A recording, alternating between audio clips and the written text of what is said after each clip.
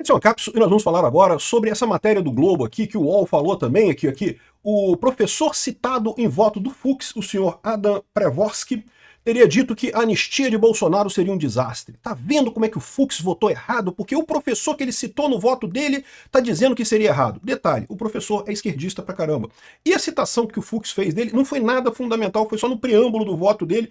Eu vou falar pra vocês, isso aqui é muito engraçado, porque isso aqui denota o quão a imprensa tá tentando desqualificar o voto do Fux, o quanto o voto do Fux doeu nesse pessoal. É o que eu falo pra vocês, eles estavam esperando o consenso social. Não, agora acabou, o Bolsonaro foi condenado, o Bolsonaro golpista, tá definido, acabou, não vai ter mais Bolsonaro não sei o que lá.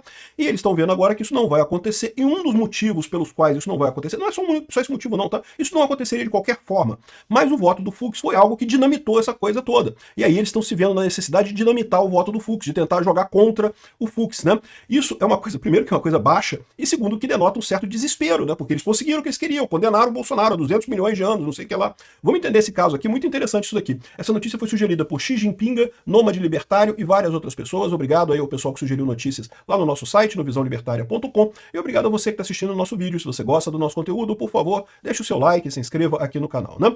Então tá aqui, ó. Anistia Bolsonaro seria um desastre, encorajaria novos golpes, diz o cientista político Adam Pravorsky, que segundo o UOL aqui, ó, que teria sido citado por Fux. Não, porque Fux citou ele no voto, dando a entender que o voto do Fux foi baseado na opinião do Adam Pravorsky, né? O que não é verdade. Aqui, ó, tá aqui o voto do Fux. O único ponto que ele cita é isso daqui. Ó.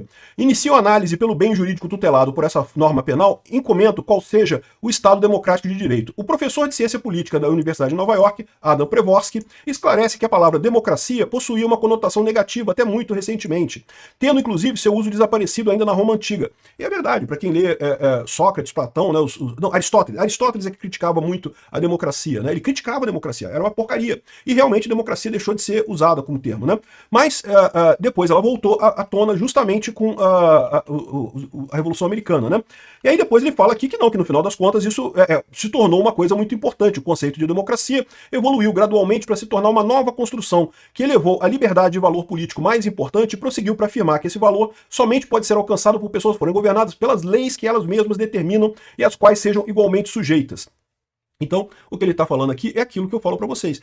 Para você ter a democracia, você precisa ter o governo pelas leis. Se você começa a romper as leis para salvar a democracia, que foi o que o Alexandre de Moraes fez, o Alexandre de Moraes rompeu o direito do juiz natural, a iniciação por ofício de processo, no caso do inquérito das fake news, e mais um monte de coisa. Se você começa a romper as leis para de salvar a democracia, você não está salvando a democracia, você está quebrando a democracia. A democracia é o império das leis, as pessoas precisam estar sujeitas às próprias leis que elas colocaram.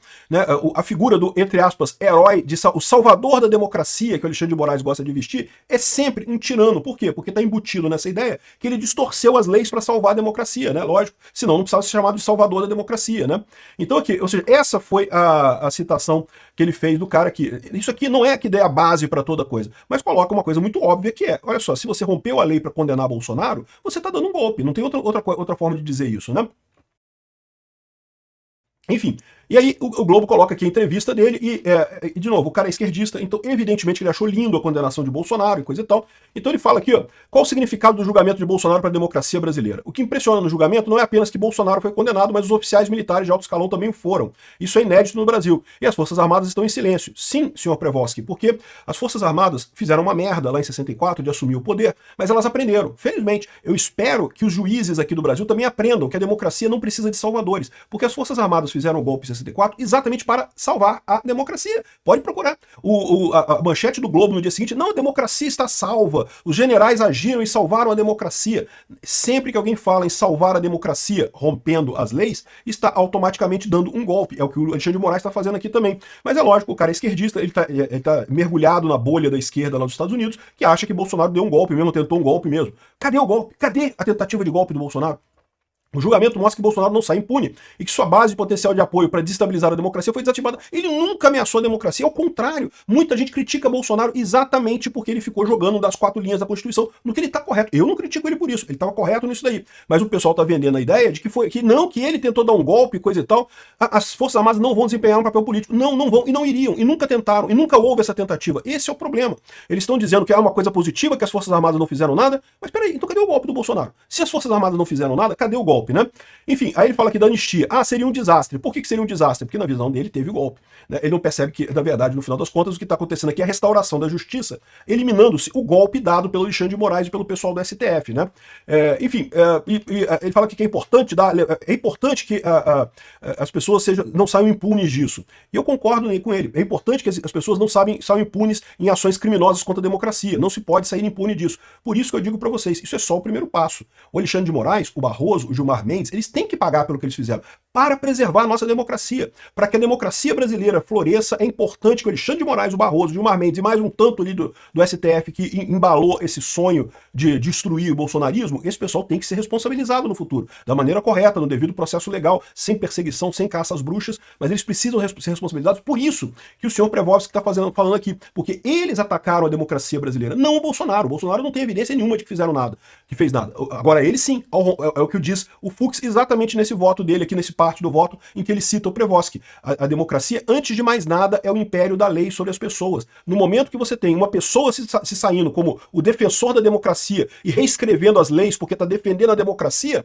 você já matou a democracia, acabou a democracia. Esse é o ponto exato que foi falado. E aí, mais engraçado é que mais adiante perguntam sobre a citação que ele fez no voto do Fux, e ele fala, olha só, eu não posso julgar se faz sentido do ponto de vista jurídico. Por quê? Porque ele não está envolvido nessa história. Ele não leu a coisa toda, ele não sabe o que está ali. Tentaram jogar o cara para desacreditar o voto do Fux e acabaram revelando que o cara falou, olha só, não tem como dizer. E realmente não tem como. Mas é fundamental esse ponto, porque esse ponto que é citado ele no voto do Fux, na verdade, explica por que o Alexandre de Moraes tem que responder por esse absurdo, esse perseguimento, por essa perseguição absurda contra o Bolsonaro, né?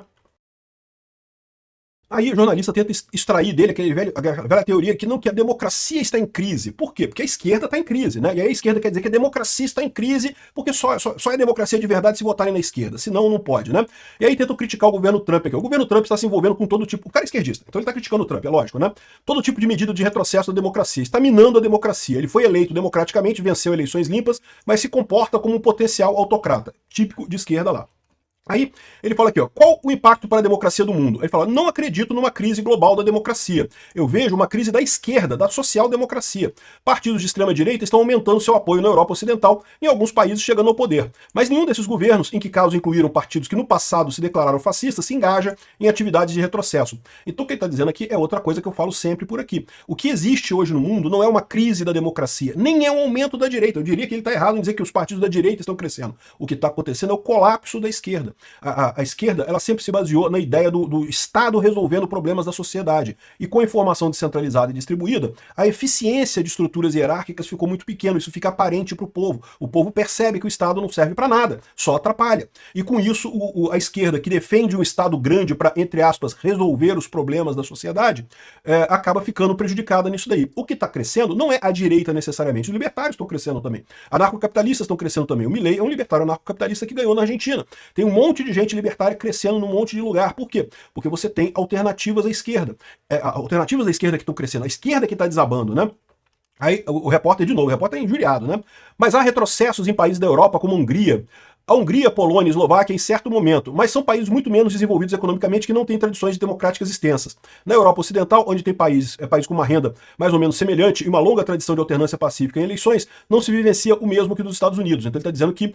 mas a gente tem visto isso. A Inglaterra, o Reform UK está ganhando por lá, né? Na América Latina tivemos tentativas de conflitos nos últimos anos em regimes autoritários. Como o senhor vê a diferença dessas democracias, né? Votar na direita não enfraquece a democracia necessariamente. Repara que o próprio cara está incomodado porque o repórter quer dizer que votar na direita é golpe. Não pode votar, é golpe. A direita crescer é golpe. Votar na direita é golpe. Só a esquerda que é democracia. E o cara não vai cair nessa, né? Ele fala aqui, ó, não, votar na direita não enfraquece a democracia. Enfraquece se os partidos da direita, uma vez no governo, adotam medidas antidemocráticas. Quando entram por meio de eleições democráticas e prosseguem com sua política, em particular entre anti-imigração, são mais autoritários, mas não minam a democracia. Não se deve confundir vitória da direita com ameaça à democracia. Entendeu os jornais brasileiros? Entendeu a galera galera da elite aristocrática socialista brasileira. Não se confunde vitória da direita com ameaça à democracia.